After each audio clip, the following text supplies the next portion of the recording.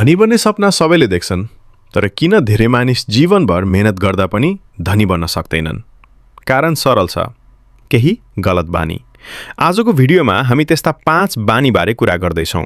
जबसम्म तपाईले यी बानी छोड्नुहुन्न, तबसम्म धनी बन्न गाह्रो पर्छ। बानी नम्बर 1, फजुल खर्च गर्ने बानी। कमाई भए लगत्तै मोबाइल, लुगा, पार्टी, घुमघाममा पैसा सक्नुहुन्छ भने तपाईँ कहिले धनी बन्न सक्नुहुन्न। धनी मानिस पहिले बचत गर्छन्, बाँकी मात्र खर्च गर्छन्। बानी नम्बर 2, आजकै लागि मात्र सोच्ने बानी। आज मजा गरौँ, भोलि हेरौँला।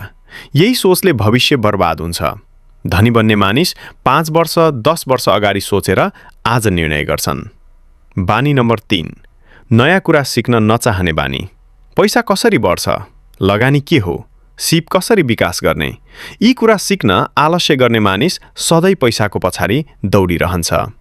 बानी नम्बर 4, डर र बहाना। मसँग पैसा छैन, अहिले समय ठिक छैन, जोखिम हुन्छ। यी शब्दहरू गरिब सोचका सङ्केत हुन्। धनी मानिस डरलाई होइन, अवसरलाई हेर्छन्। बानी नम्बर 5, अनुशासनको कमी। आज बचत, भोलि नगर्ने। आज लक्ष्य, भोलि बिर्सिने। अनुशासन बिना न पैसा टिक्छ, न सफलता। निष्कर्ष, धनी बन्न भाग्य होइन, बानी चाहिन्छ। यदि आजैबाट यी 5 बानी सुधार्नु भयो भने तपाईको भविष्य पक्कै बदलिन्छ।